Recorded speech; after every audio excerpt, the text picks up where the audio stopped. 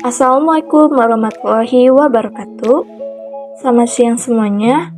Kami dari kelompok 5 MD20PA 5 Perbankan Apagi Manajemen Pemasaran Bank akan mempresentasikan mengenai segmentasi pasar bank. Bank yang kami ambil adalah Bank Mandiri. Sebelum kami memulainya, alangkah lebih baik kami memperkenalkan diri terlebih dahulu. Yang pertama ada Fitriani Anugrah Sari. Yang kedua ada Tarisa Salsabila.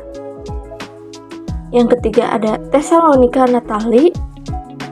Yang keempat ada Wulan Sarah Septiani. Dan yang kelima ada Yunita. Baik, selanjutnya ada materi segmentasi pasar bank mandiri. Materi yang kita ambil adalah yang pertama yaitu definisi segmentasi pasar bank. Yang kedua, jenis segmentasi pasar bank. Yang ketiga, tujuan segmentasi pasar bank. Yang keempat, kriteria segmentasi pasar bank. Dan yang terakhir, contoh segmentasi pasar bank mandiri. Selanjutnya, kami akan memulai saja untuk mempresentasikannya. Definisi segmentasi pasar bank. Segmentasi pasar adalah strategi pemetaan target konsumen berdasarkan karakteristik, kebutuhan, ataupun perilakunya agar perusahaan mampu mengenali konsumen tersebut dengan lebih baik. Menurut Kotler dan Armstrong, segmentasi pasar adalah pembagian sebuah pasar ke dalam kelompok berbeda yang ditujukan untuk melakukan pemasaran sesuai karakteristik, kebutuhan, serta keinginannya masing-masing. Sementara menurut Wright dan Farrell, segmentasi pasar adalah sistem pembagian pasar menjadi sejumlah konsumen potensial dan tertarget, khususnya untuk jenis pelanggan dengan kebutuhan serta karakteristik yang sama.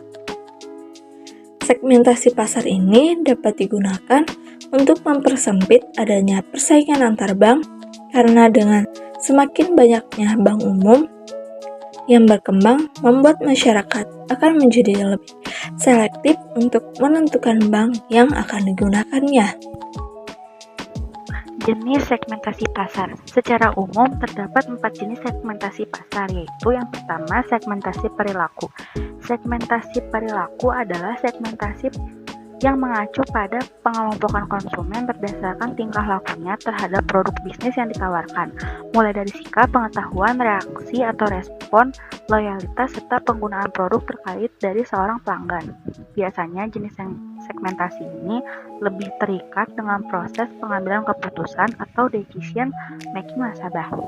Yang kedua ada segmentasi demografis, yaitu di mana pengelompokan konsumen berfokus terhadap aspek-aspek seperti usia, jenis kelamin, pekerjaan, pendidikan, status menikah, dan lain sebagainya.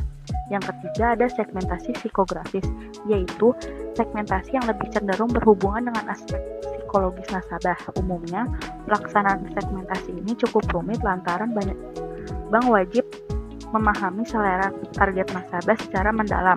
Untuk itu, bank bisa memanfaatkan survei seperti pembagian kuesioner agar dapat mengetahui preferensi sebenarnya dari nasabah terkait seperti gaya hidup, hobi, ketertarikan, dan semacamnya. Dan yang terakhir yaitu segmentasi geografis, yaitu pengelompokan nasabah menurut aspek lokasi seperti tempat tinggalnya. Segmentasi satu ini tentu tidak kalah penting dari lainnya, mengingat kebutuhan maupun kegunaan suatu produk dan jasa selalu akan berbeda-beda tergantung pada lokasi, keadaan, maupun cuaca.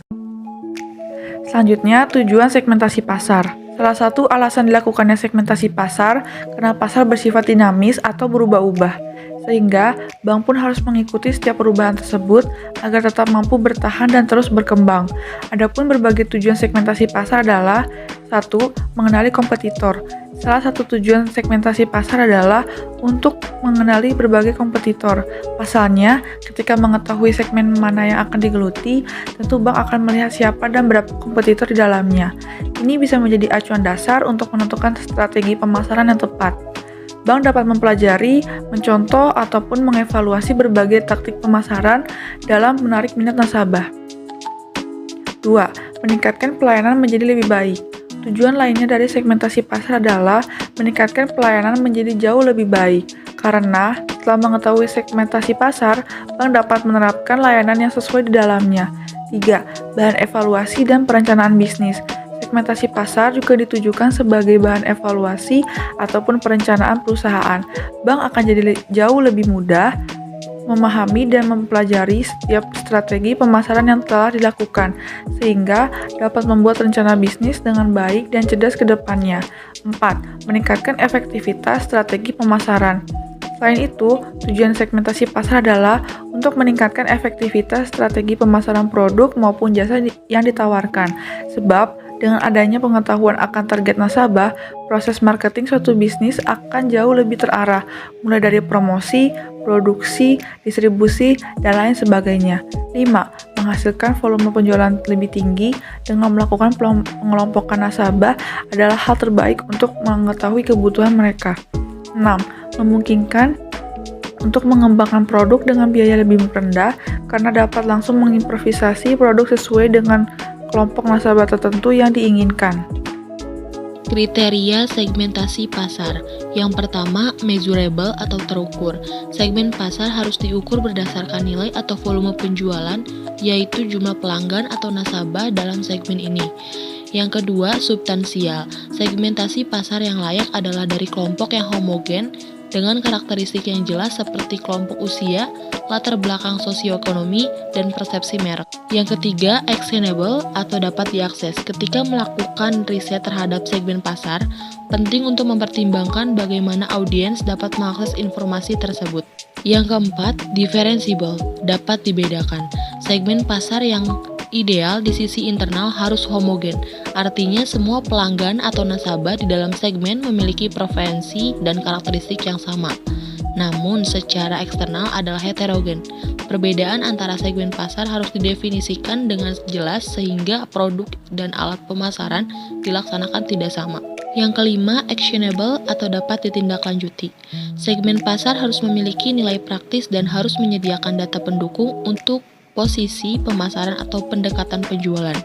Hal ini menjadi hasil yang mudah diukur, ideal dalam kaitannya dengan pengukuran yang ada dari segmen pasar sebagaimana didefinisikan oleh riset dalam mengetahui segmen pasar.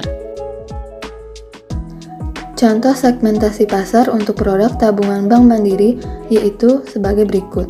Yang pertama ada tabungan simpanan pelajar atau biasa disebut dengan Simpel, adalah jenis produk mandiri tabungan yang diperuntukkan untuk siswa PAUD, TK atau RA, SD atau MI, SMP atau MTS, SMA atau MA, atau sederajat guna mengajarkan anak-anak di Indonesia dapat belajar menabung sejak dini. Adapun fitur mandiri tabungan simpel ini adalah setoran awal sebesar Rp5.000, setoran selanjutnya minimum Rp1.000, saldo minimum sebesar Rp5.000. Maksimal frekuensi dan nominal penarikan tunai di sekolah melalui mandiri online atau transaksi offline di sekolah yang dibukukan di cabang adalah sebesar Rp250.000. Selanjutnya, maksimum nominal penarikan tunai, pemindah bukuan, dan pembelian per hari di semua kontak poin adalah sebesar Rp10 juta. Pemberian fasilitas e-banking rekening mandiri tabungan simpel hanya terbatas pada fungsi inquiry atau cek saldo. Selanjutnya ada syarat pembukaan rekening mandiri tabungan simpel. Yang pertama, kartu pelajar atau kartu nomor induk siswa nasional NISN. Selanjutnya, kartu identitas anak atau NIK pada kartu keluarga. Selanjutnya, kartu keluarga, KTP orang tua atau wali, surat persetujuan orang tua atau wali, dan surat kuasa dari orang tua atau wali murid jika pembukaan rekening melalui referral dari sekolah.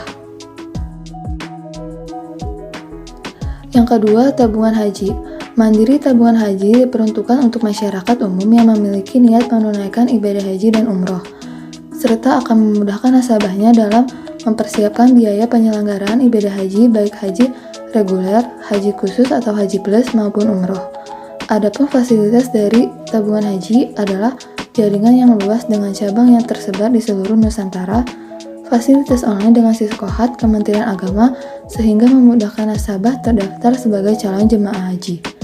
Selanjutnya dapat dibuka di seluruh cabang Bank Mandiri yang tersebar di seluruh Indonesia. Adapun syarat dan ketentuan dari tabungan haji adalah melampirkan fotokopi kartu identitas yang masih berlaku seperti KTP atau SIM, setoran awal dan saldo minimum sebesar Rp100.000 dan setoran berikutnya minimum Rp100.000.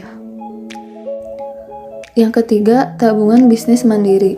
Tabungan bisnis mandiri adalah tabungan khusus untuk nasabah yang akan menjalankan bisnis atau usahanya, yang nantinya dapat membantu kebutuhan keuangan bisnis atau usaha yang dijalani. Adapun syarat tabungan bisnis mandiri adalah identitas seperti KTP dan paspor untuk WNI. Selanjutnya harus memiliki bukti kepemilikan usaha atau bisnis dan surat izin usaha atau bisnis.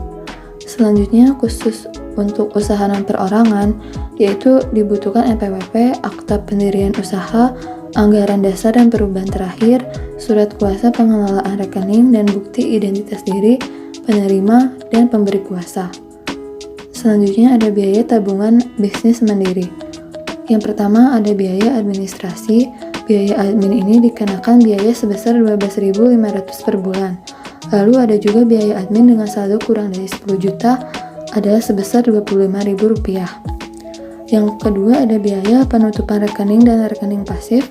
Biaya penutupan rekening ini dikenakan biaya sebesar Rp50.000, sedangkan jika rekening tabungan bisnis kalian pasif atau tidak terpakai dikenakan biaya Rp25.000 per bulan. Yang ketiga ada biaya penggantian buku. Setiap penggantian buku seluruhnya tidak dikenakan biaya. Namun penggantian buku rusak dikenakan biaya sebesar Rp5.000 dan penggantian buku hilang dikenakan biaya Rp15.000 di cabang pengelola, tetapi di cabang pelaksana biayanya dibebaskan. Baik, sekian presentasi dari kelompok kami. Terima kasih atas perhatiannya. Wassalamualaikum warahmatullahi wabarakatuh.